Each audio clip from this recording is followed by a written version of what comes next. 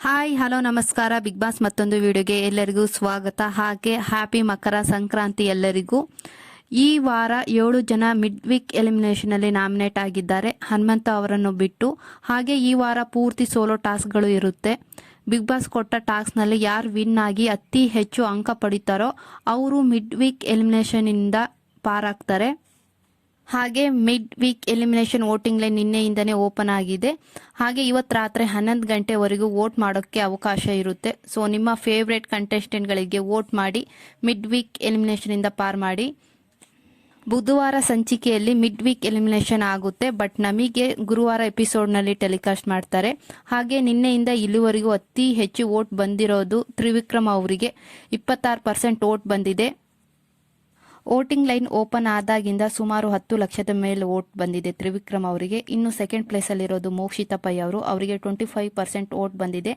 ನಿನ್ನೆ ರಾತ್ರಿಯಿಂದ ಇಲ್ಲಿವರೆಗೂ ಒಂದು 10 ಲಕ್ಷದ ಮೇಲೆ ವೋಟ್ ಬಂದಿದೆ. ಇವರಿಗೆ ಅತಿ ಹೆಚ್ಚು ವೋಟ್ ಬಂದಿರೋದು ತ್ರಿವಿಕ್ರಮ್ ಹಾಗೆ ಮೋಕ್ಷಿತಾ ಪೈ ಅವರಿಗೆ. ಇವತ್ತು ರಾತ್ರಿ 11 ಗಂಟೆವರೆಗೂ ವೋಟಿಂಗ್ ಲೈನ್ ಓಪನ್ ಇರುತ್ತೆ. ಇನ್ನೂ ಜಾಸ್ತಿ ವೋಟ್ ಬರುತ್ತೆ ಅಂತಲೇ ಹೇಳ್ಬೋದು ಮೋಕ್ಷಿತಾ ಪೈ ಅವರಿಗೆ. ಹಾಗೆ ಬಿಗ್ ಬಾಸ್ ಸೀಸನ್ 11ರಲ್ಲಿ ಅತಿ ಹೆಚ್ಚು ಫ್ಯಾನ್ ಬೇಸ್ ಇರೋದು ಅಂದರೆ ಈ 3 ಜನಕ್ಕೆ, ಹನುಮಂತ, ತ್ರಿವಿಕ್ರಮ್ ಹಾಗೆ ಮೋಕ್ಷಿತಾ ಪೈ ಅವರು.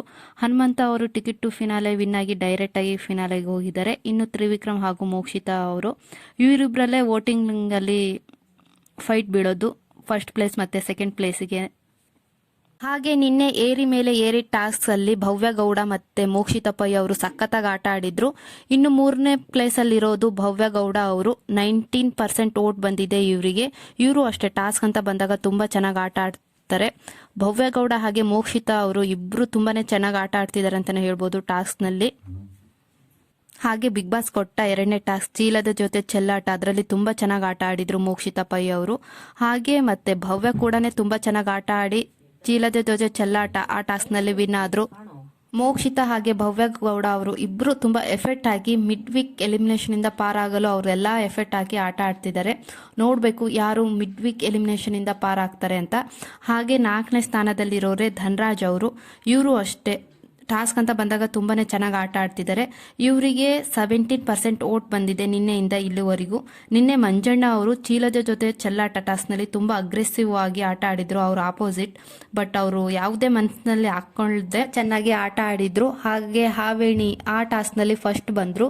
ಇನ್ನು 5th ಪ್ಲೇಸಲ್ಲಿರೋದು ರಜತ್ ಅವರು, ಅವರಿಗೆ 15% ವೋಟ್ ಬಂದಿದೆ.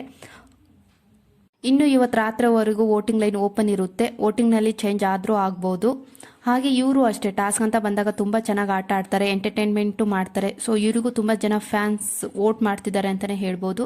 ಇನ್ನು 6th ಪ್ಲೇಸಲ್ಲಿರೋದು ಗೌತಮಿ ಜಾಧವ್ ಅವರು, 14% ವೋಟ್ ಬಂದಿದೆ. ಹಾಗೆ ಕಲರ್ಸ್ ಕನ್ನಡ ಅಫಿಷಿಯಲ್ ಪೇಜಲ್ಲಿ ಈ ವಾರ ಯಾರು ಆಟಕ್ಕೆ ಫುಲ್ ಸ್ಟಾಪ್ ಸಿಗುತ್ತೆ ಅಂತ ಪ್ರಶ್ನೆ ಹಾಕಿ ಫೋಲ್ ಹಾಕಿದ್ದಾರೆ. ಅದರಲ್ಲಿ ಅತಿ ಹೆಚ್ಚು ಜನರು ಗೌತಮಿ ಅವರ ಹೆಸರಿಗೆ ವೋಟ್ ಹಾಕಿದ್ದಾರೆ.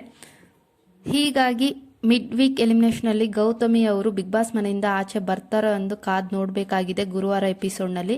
ಹಾಗೆ ಬಾಟಮ್ ಅಲ್ಲಿರೋದು ಉಗ್ರ ಮಂಜು ಅವರು ಟಾಸ್ಕ್ ಅಂತ ಬಂದಾಗ ತುಂಬಾ ಚೆನ್ನಾಗಿ ಆಟ ಆಡ್ತಾರೆ ಅಗ್ರೆಸಿವ್ ಇಂದ. ಬಟ್ ಇವರಿಗೆ ಫ್ಯಾನ್ಸ್ ತುಂಬಾನೇ ಕಮ್ಮಿ ಅಂತಾನೆ ಹೇಳ್ಬೋದು. ಹಾಗೆ ಇವರಿಗೆ ತುಂಬಾನೇ ವೋಟ್ ಕಮ್ಮಿ ಬಂದಿದೆ ಉಗ್ರ ಮಂಜು ಅವರಿಗೆ.